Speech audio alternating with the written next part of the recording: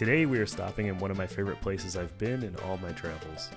We find ourselves in Medellín, Colombia, and we are going to a very special place where time slows down and traditional life thrives. In none other than the Casa Finca Ancon. It's a finca, which is the Spanish word for traditional household surrounded by land. This home is over 100 years old, and it's a place with a lot of history. When it was built, this home was surrounded by farms, but today, they've all but disappeared. Nowadays, urbanization butts up literally against the fence of the property. It's become more or less its own island of old-growth jungle amongst urban sprawl. But within its storied walls, you'll find charm, animals, and, above all, excellent food. And today, we'll be paying a visit to the people who actually live there. Don Carlos, who is the owner and has been living in this home since he was born, and his daughter, Ana. And the home is actually not in Medellín. It is a bit outside the city in a different city called La Estrella, which is Spanish for the star. And we have to take a bus to get there.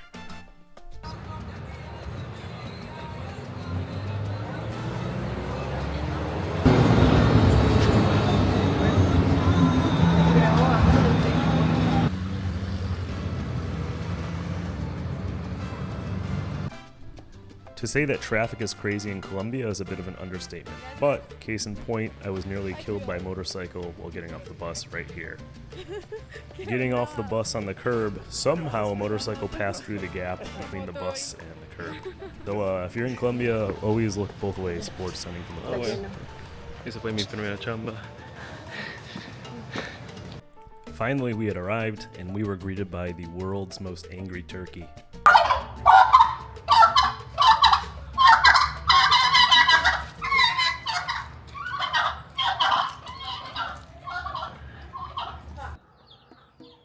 There's also numerous hens and roosters which run wild across the property and provide a steady stream of eggs and generations of little babies.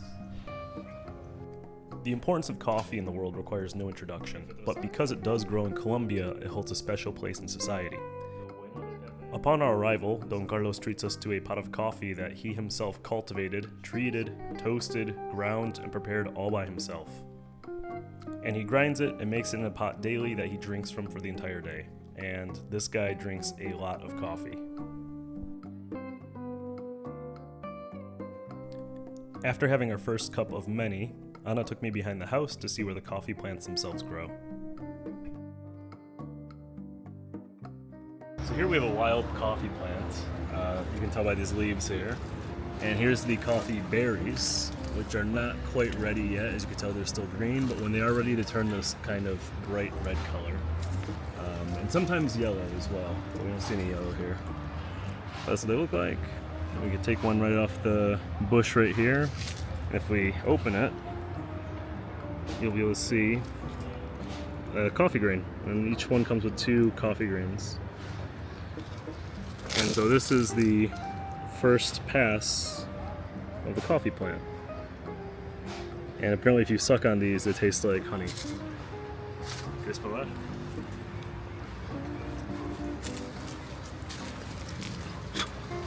And hopefully wherever that seed landed, it should yield a new coffee plant. Their property is a model of self-sufficiency where they cultivate multiple fruits for their own consumption. Small. Here we have a cacao plant. Here's a small pod. And we have a nice large one right here. And right here. And these things just grow wild in this environment. Also, we have a special, I'm told these are limes. It's a special type of mandarin lime that has a slightly different flavor than limes that you're accustomed to, depending on where you're watching this. Going back to the coffee, these red berries are going to be put into a machine which is going to remove that outer fruity husk. Por la parte de abajo, sale la cascarilla roja del café y por la parte de atrás sale el grano, la almendra ya, y ya se puede lavar y ponerla a secar. Ya se lava y se pone a secar. Ya cuando se seca, se le hace el proceso de trillado, que es donde se le pierde esta cascarita,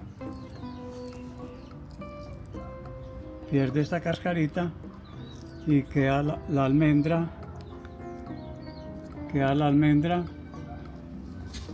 y ya pasa al proceso de tostado.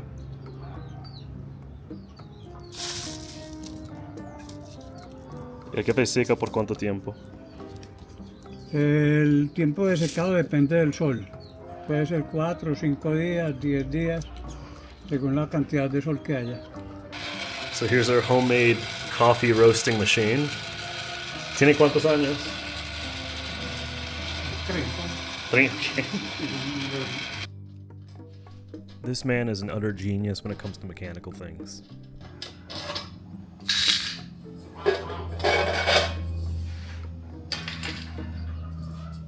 Sí, eso es ingenio. ¿Qué lees?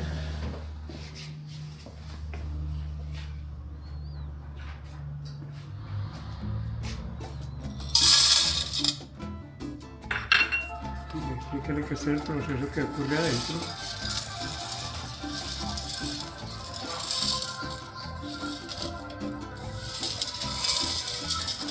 And this is to stir the coffee around internally, ensure even roasting. El aparato está hecho a mano por quién? Se lo hice yo. Ah, bueno. Así con cosas por ahí que ya no se usaban.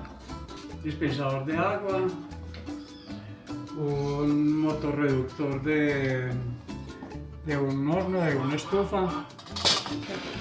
Here we have our finished toasted coffee grains. The way Don Carlos takes his coffee is a bit unusual, even by Colombian standards, but he puts in a little bit of lime juice and agua panela. Okay. So here's agua panela. Eso es panela. De la caña también. Se hace con caña de azúcar. Oh, okay. Y esto se hace, es agua con esto, se hierve. Something like raw sugar water. So here's our raw sugarcane composite used to make agua panela, which we can try.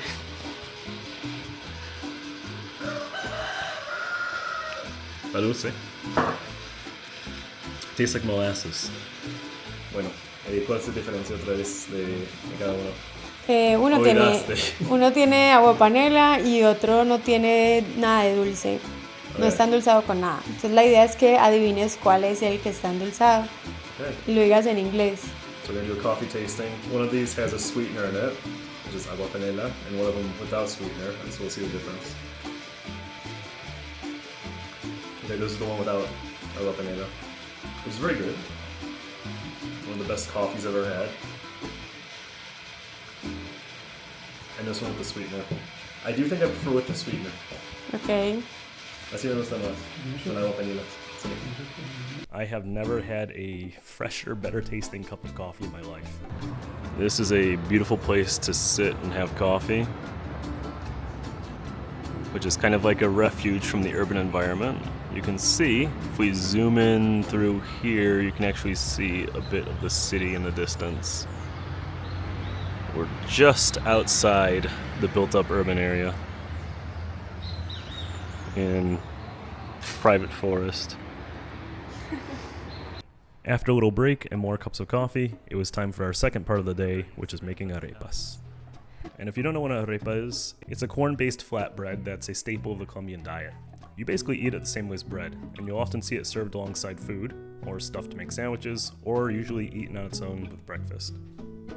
And in this house, they're made weekly in large batches, entirely from scratch, and carrying on a family tradition that spans generations. The humble arepa starts off its life as a blend of two types of dried corn, yellow and white. According to Don Carlos's recipe, they are mixed together in a proportion of 1 part yellow to 2 parts white, and this is just to impart a desired color. It doesn't actually have any bearing on the taste. The dried corn is then placed into a pressure cooker for 1 hour until it's soft, and at this point it's going to be ready to mash together. At some point, Anna just straight up left me alone with her dad. I have no idea where she went. We then take the softened corn outside, and here's where we're going to grind it into a dough. It's worth noting that like the coffee toasting machine and many other items in the household, this milling machine was actually built by Don Carlos himself with items that he had lying around.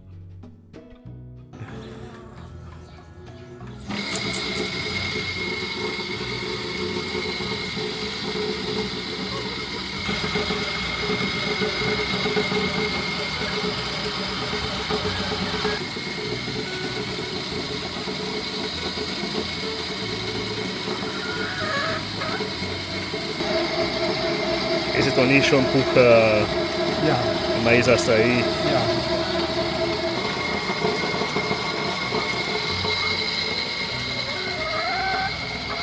And the chickens, which actually habitually eat the exact same type of corn, are now surrounding us to eat what falls from the tray.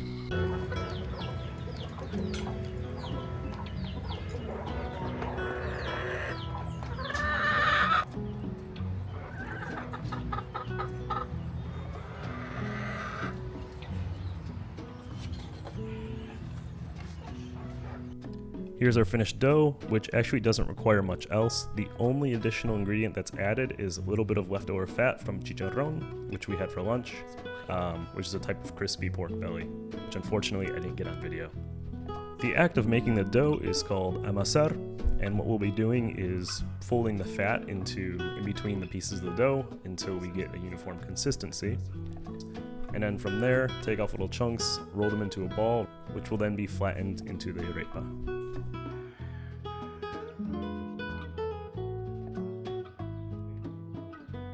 And here's the stovetop griddle where we'd be cooking the arepas.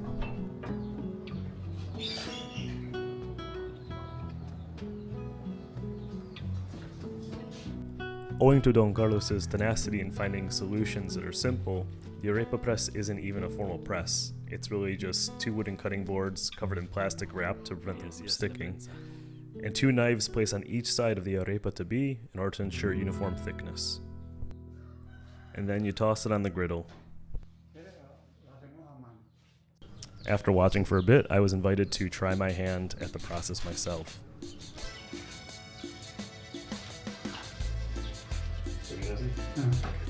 After passing quality control, I was given free reign over the production. Yeah, little did I know I was going to make 50-something arepas.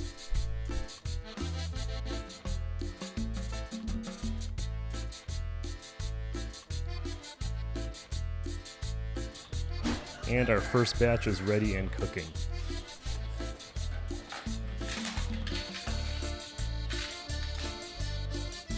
And they are flipped now and again in order to reach that perfect golden color.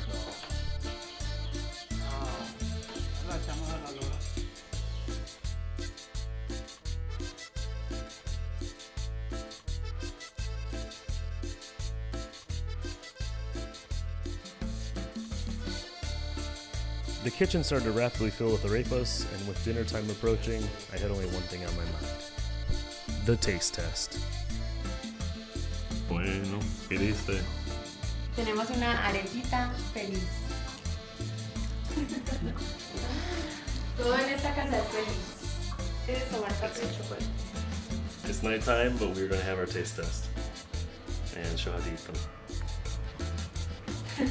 Okay, so we're gonna do our taste test with some café de la olla that will be reheating.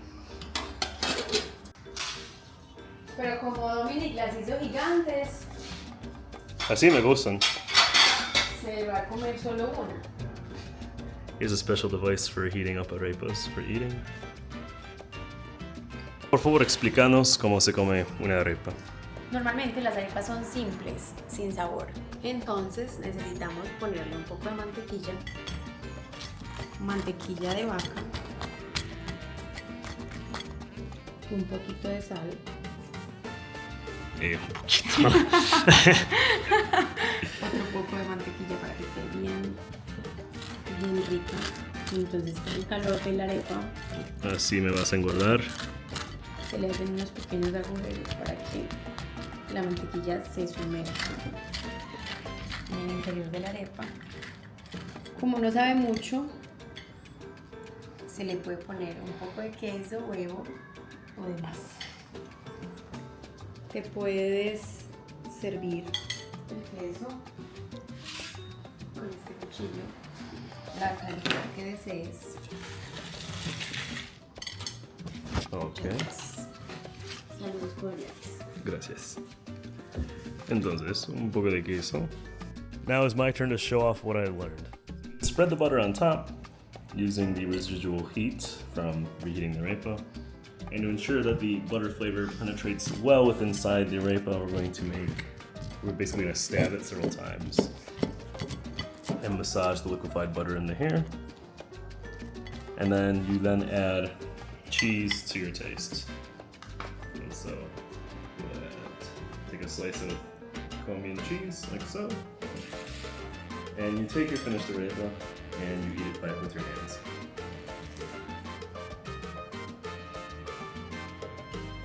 Ahorita, parce. Ahora puedes ponerle más queso. ¿No te gusta? Se pone con un poco más. Coffee with milk for you. Thank you.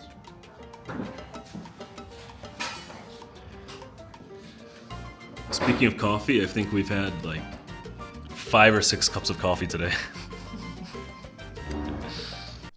And that's a wrap. So special thanks to Don Carlos and Ana for sharing their home and their lives with myself and all of you today.